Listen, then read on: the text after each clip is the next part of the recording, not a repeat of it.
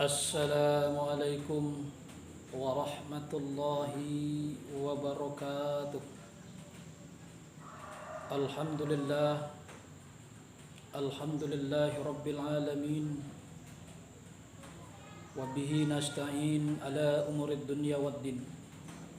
Wassalatu wassalamu ala asrafil anbiya'i wal mursalin wa ala alihi wa ashabihi rasulillahi ajma'in, amma ba'du. Puji syukur marilah kita ucapkan kepada Allah Subhanahu wa taala atas segala limpahan rahmat dan nikmat yang telah dikaruniakan Allah Subhanahu wa taala kepada kita bersama. Sehingga dengan rahmat dan nikmat Allah kita telah sempat melaksanakan seluruh aktivitas kita dalam menjalani kehidupan menuju rahmat Allah Subhanahu wa taala. Kemudian salawat berangkaikan salam, tak lupa pula kita peruntukkan buat arwah junjungan Nabi besar Muhammad Rasulullah sallallahu alaihi wasallam yang telah membawa umat manusia dari alam jahiliyah kepada alam yang penuh dengan ilmu pengetahuan seperti yang kita rasakan saat sekarang ini. Kaum muslimin dan muslimat sidang jamaah salat tarawih yang dimuliakan Allah Subhanahu wa taala. Pada malam hari ini di bulan suci Ramadan, kita akan mengangkat kajian kita dalam rangka mempertebal keimanan kita kepada Allah Subhanahu wa taala dan meningkatkan rasa keimanan kita melaksanakan ibadah selama bulan suci Ramadan 1442 Hijriah 2021 Masehi. Adapun judul ceramah atau kajian kita pada hari ini adalah kewajiban memelihara amanat yang diberikan Allah Subhanahu wa taala kepada kita manusia. Didasarkan pada Al-Qur'an Al-Mu'minun ayat 8. Wallazina hum liamanatihim wa ahdihim ra'un. Dan sungguh beruntunglah orang-orang yang memelihara dan menjaga amanat serta janjinya kepada Allah Subhanahu wa taala. Kaum muslimin dan muslimat sidang jamaah salat tarawih yang dimuliakan Allah Subhanahu wa taala. Pada dasarnya kita menjalani kehidupan ini diberikan oleh Allah Subhanahu wa taala sebagai hamba Allah, tentu dalam melalui proses-proses panjang. Didahului dengan proses perjalanan kita melalui alam rahim. Kita ditempa di sana, menghuni tempat di sana selama lebih kurang 9 bulan 10 hari. Dari hasil pertemuan antara kedua orang tua kita. Kemudian mereka menikah secara sah dan melahirkan dari pernikahan itu kita. Disitulah kita mulai memasuki proses perjalanan pertama. Tepat pada usia kandungan 4 bulan lamanya kita ditiupkan roh oleh Allah Subhanahu wa taala dalam tubuh sang bayi itu. Kemudian pada tepat dengan hari kelahiran kita, ketika kita memasuki usia kandungan ibu kita 9 bulan 10 hari. Ada yang tercepat, ada yang lama, ada yang lambat. Tapi itu ketentuan Allah Subhanahu wa taala. Kita mulai memasuki proses perjalanan yang kedua. Di proses perjalanan yang kedua itu, disitulah kita sebagai hamba Allah Subhanahu wa taala diuji oleh Allah Subhanahu wa taala. Dengan berbagai macam yang harus kita hadapi, cobaan, musibah dan lain sebagainya. Ada 3 tantangan yang harus kita jalani ketika kita ada di dunia ini.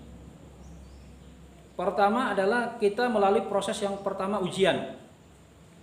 Ujian itu kepada siapa sih diberikan oleh Allah Subhanahu wa taala? Ujian itu diberikan kepada orang-orang yang beriman kepada Allah Subhanahu wa taala. Hanya orang yang beriman yang diuji oleh Allah Subhanahu wa taala. Kalau kita kategorikan dalam kehidupan kita yang nyata, adalah yang melalui ujian itu, yang mendapat ujian itu adalah anak yang dalam proses pendidikan sekolah. Kalau tidak sekolah, apa yang mau diuji? Seperti itulah kita lama-lamanya kehidupan di dunia ini. Ketika kita mengaku beriman kepada Allah Subhanahu wa taala, kita harus diuji oleh Allah Subhanahu wa taala dengan berbagai macam ujian yang diberikan Allah Subhanahu wa taala. Itu yang pertama. Yang kedua, yang harus kita hadapi ketika kita dalam melakukan perjalanan kehidupan di dunia ini adalah berupa teguran. Teguran itu untuk siapa sih? Teguran itu diberikan kepada orang-orang yang tahu, orang-orang yang ngerti, orang-orang yang betul-betul paham, tapi dia nggak mau tahu. Artinya dia akan lepas tanggung jawab dari apa yang dia tahu itu. Dia biarkan apa yang terjadi di hadapan dia. Misalnya, sebagai contoh kecilnya bagi dalam kehidupan kita adalah dia tahu kalau minuman keras itu adalah haram, tapi dia minum juga. Dia tahu kalau perzinaan itu adalah haram, dilarang oleh Allah Subhanahu wa taala, tapi dia biarkan aja begitu aja terjadi di tempat dia. Dan banyak lagi lain sebagainya yang harus kita ketahui tentang itu. Makanya orang seperti itu Allah tegur karena dia tahu tapi dia nggak mau tahu tentang apa yang telah dia lakukan itu.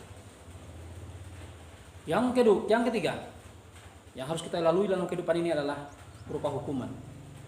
Nah, untuk siapa sih hukuman itu diberikan Allah Subhanahu wa taala? Untuk orang-orang di luar Islam.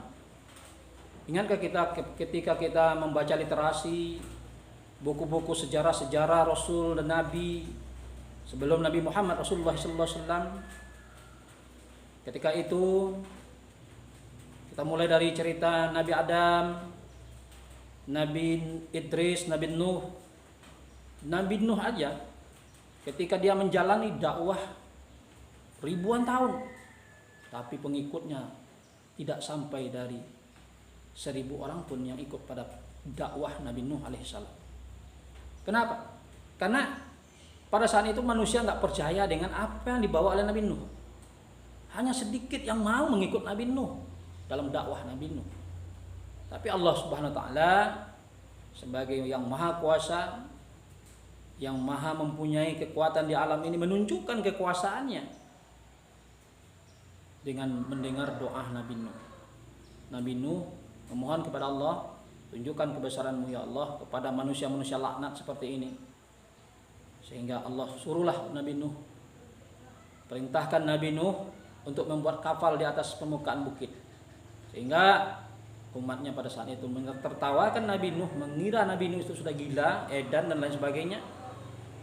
Tapi di saat itulah, di saat perintah Allah itu, di saat azab Allah itu mulai terkuat, Nabi Nuh mulai memanggil satu persatu hamba-hamba yang ingin ikut kepadanya, termasuk binatang serba sepasang gitu. Tapi apa yang terjadi?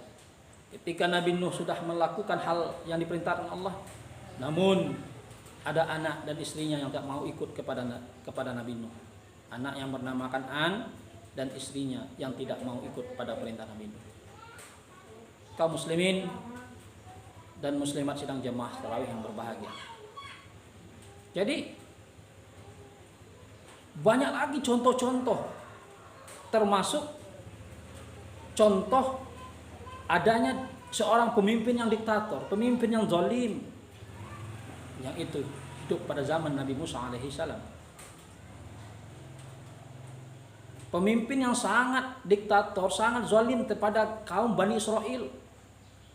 Kalau dalam sejarah loh Pak, Bani Israel itu adalah kaum atau etnis atau suku yang paling tercerdas di antara suku-suku dan etnis yang ada di permukaan bumi Allah ini.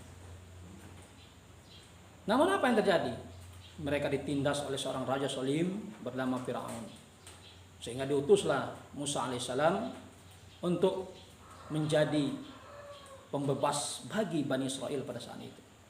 Tapi ketika Allah Subhanahu wa taala mengutus Musa alaihissalam untuk mendakwahi Firaun kembali ke perjalanan yang benar, malah mendapat tantangan dari Firaun. Sehingga Nabi Musa pun diperintahkan oleh Allah Subhanahu wa taala untuk terus berjuang berdakwah untuk menyadarkan Firaun. Namun sekian hari lamanya, sekian tahun lamanya tidak juga mampu menyadarkan yang namanya Firaun. Akhirnya Allah Subhanahu wa taala mengambil kesimpulan bahwasanya Nabi Allah Subhanahu wa taala memintakan kepada Nabi Musa bahwa orang-orang yang mengikut kepada antum bawa ke tempat-tempat yang aman. Karena pada saat itulah Allah Subhanahu wa taala menunjukkan kekuasaan kepada Firaun yang dahulunya sempat mengaku sebagai Tuhan.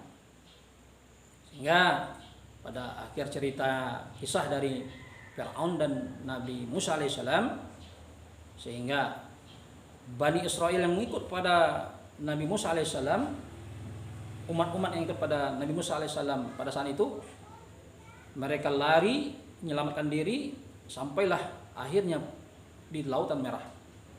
Di situ mereka merasakan terkepung, tidak bisa kemana-mana, maju masuk dalam laut, mundur dikepung oleh tentara Firaun, ke kiri bukit, ke kanan bukit. Akhirnya Allah Subhanahu wa taala menunjukkan kekuasaannya kepada Nabi Musa alaihissalam. Wahai Musa, lemparkan atau pukulkan tongkatmu itu pada laut sehingga laut itu terbelah. Terbelah, air sampai di tengah, semuanya kaum Bani Israel yang ikut Nabi Musa alaihissalam selamat sampai di tepi. Akhirnya air laut pun kembali menutup. Seluruh pasukan-pasukan Firaun pada saat itu tenggelam bersama Firaun. Di saat yang sama Firaun merasakan, baru dia mengaku. Apa kata Firaun pada saat itu di tengah lautan yang begitu telah mengepung dia dan pasukannya? Qalu amantu Musa Rabbi wa Harun. Baru dia paham dan mau dia ngerti bahwasanya Tuhan Musa dan Harun itu adalah Tuhan penguasa sekalian alam. Ketika ketika nyawanya sampai tenggorokan baru dia ngaku. Di situ taubat sudah terlambat. Kaum muslimin sidang jamaah tarawih yang berbahagia. Kemudian ada lagi orang yang dikasih nikmat oleh Allah yang sangat luar biasa. Ketika saat itu adalah bernama Qarun.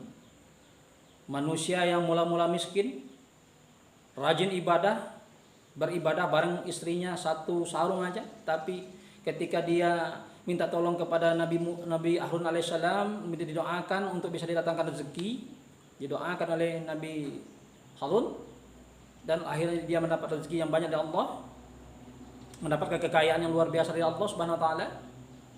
Tapi di saat itulah dia lupa diri, tak mau ikut pada perintah Allah Subhanahu wa taala, tak mau sedekah, nggak mau infak, nggak mau wakaf. Seluruh harta tadi dibenamkan oleh Allah Subhanahu wa taala. Maka ini contoh bagi kita kaum muslimin dan muslimat sidang jamaah yang berbahagia. Kalau kita tidak bisa mensyukuri nikmat Allah Subhanahu wa taala yang telah berikan pada kita, Allah akan ambil kembali. Sebagaimana firman Allah Subhanahu wa taala dalam Al-Qur'an surah Ibrahim ayat 7, la in syakartum la'azidannakum wa la in kafartum inna azabi lasyadid. Apabila kamu bersyukur atas nikmat yang kuberi kata Allah, niscaya akan kutambah. Tapi apabila kamu kufur atas nikmat yang kuberi kata Allah, inna azabi lasyadid, azabku sangatlah pedih kata Allah Subhanahu wa taala. Kaum muslimin dan muslimat sidang jamaah dengar yang dirahmati Allah Subhanahu wa taala. Jadi dalam hal kewajiban melihara amanat kita kepada Allah Subhanahu wa taala, maka yang pertama yang diperintahkan Allah Subhanahu wa taala dalam ayat ini adalah amanat Allah untuk beribadah kepadanya. Jadi kita diciptakan oleh Allah Subhanahu wa taala adalah beribadah kepada Allah. Apa buktinya? Al-Qur'an surah As-Riyad 56 telah berkata, "Wa ma khalaqtul jinni wal insa illa liya'budun." Tidak akan kuciptakan jin dan manusia kecuali untuk mengabdi kepadaku kata Allah Subhanahu wa taala.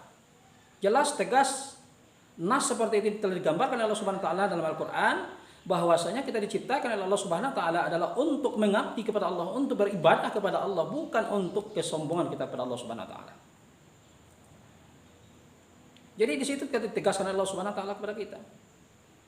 Kita diciptakan oleh Allah, kita disuruh untuk beribadah kepada Allah, untuk sholat, untuk puasa, untuk zakat, naik haji bagi yang mampu, percaya kepada Allah, percaya kepada Rasulullah, percaya kepada malaikat Allah, percaya kepada kitab suci Allah, percaya kepada hari kiamat yang akan datang menimpa kita manusia, dan percaya kepada qada dan qadar kita.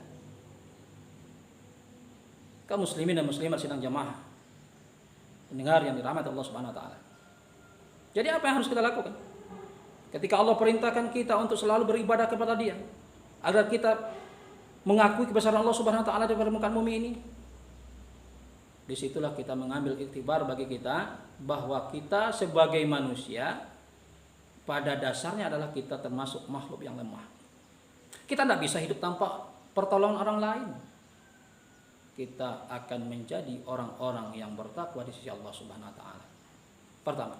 Yang kedua, dalam hal kewajiban melihara amanat kepada Allah Subhanahu wa taala, yang kedua adalah kewajiban kita sebagai kepala rumah tangga terhadap istri dan anak-anak kita.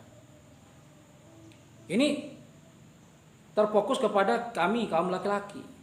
Karena dalam sebuah Al-Qur'an dinyatakan Allah Subhanahu wa taala, Arijalu kamalan nisa, sesungguhnya laki-laki itu adalah pemimpin bagi wanita. Ketika kita sebagai laki-laki memimpin dalam rumah tangga, terutama kita pimpin dulu diri kita yang masih awam ini, masih belum tahu dengan agama, membawa diri kita ke jalan yang diridhoi Allah Subhanahu wa taala, ke surganya Allah, keridhaan Allah. Baru kita nanti membawa keluarga kecil kita ke jalan Allah Subhanahu wa taala. Kita contohkan, kita berikan suri teladan yang baik kepada anak dan istri kita. Kita sholat, kita puasa, kita ngaji, kita zakat dan lain sebagainya. Baru kita melaksanakan perintah Allah Subhanahu wa taala sebagai manusia yang betul-betul diamanahkan oleh Allah anak dan istri. Apalagi Rasulullah sallallahu alaihi wasallam telah memerintahkan kepada kita, al-madrasatu minal ula. Sesungguhnya sekolah pertama bagi anak itu ialah di sekolah, di rumah tangga. Bapaknya, ibunya itu sebagai guru pertama bagi anak. Dia akan contoh, dia akan teladani apa yang dilakukan orang tuanya. Tapi apa yang terjadi kaum muslimin sedang jemaah yang berbahagia, pendengar yang berbahagia. Di zaman serba canggih saat sekarang ini, kita umat Islam, anak-anak generasi Islam ini disibukkan dengan yang namanya gadget, game dan lain sebagainya. Apalagi mama-mama muda, dia nggak mau terganggu kerjanya, dikasih anak HP. Anak dikasih HP, serban hari, setiap hari lakukan memegang HP. Di HP itu loh Pak, semua konten-konten bisa dilihat. HP, YouTube, dan Google nggak tahu dia yang buka HP itu, yang buka dia itu adalah anak kecil, nggak tahu dia. Makanya anak-anak sekarang ini usianya boleh kecil tapi pemikirannya sudah dewasa. Apalagi aplikasi-aplikasi yang ada dalam HP itu banyak sekali yang mengganggu mereka. Ada TikTok namanya, ada media sosial lain sebagainya. Pokoknya menyibukkan mereka sibuk dengan HP sehari-hari. Kaum muslimin dan muslimat sidang jemaah pendengar yang dirahmati Allah Subhanahu wa taala. Jadi perkembangan dunia semakin lama semakin canggih, semakin lama semakin canggih, akhirnya akhlak semakin terkuras. Apalagi kita di Minangkabau ini yang dikenal dengan falsafahnya adat basani syarak basani kan kitabullah. Syarak mengatur, adat memakai. Falsafah orang Minangkabau dari dulu telah mengatakan penaki pisau serawi galagat batang lintabung seledang ambilkan nyeru. Setiap jadikan lawik sekapah jadikan gunung alam tangambang jadi guru. Ini yang berlaku. Nenek moyang Minangkabau dahulu untuk mengambil sesuatu pelajaran itu mereka mulai dari mempelajari alam di sekitar. Dari tumbuh-tumbuhan kah, dari binatang kah, dari apapun asalkan ada di alam mereka jadikan guru untuk kebaikan mereka bersama. Tapi ada pepatah Minang yang berlaku pada saat ini sudah mulai terbukti. Anak orang koto hilalang nak pai kapas abaso, malu sopan pola hilang raso jo pareso. Raso dibawa naik, preso dibawa turun. Adab, sopan santun sudah mulai luntur. Anak kemenakan sudah tak lagi mematuhi apa yang telah ditentukan mama.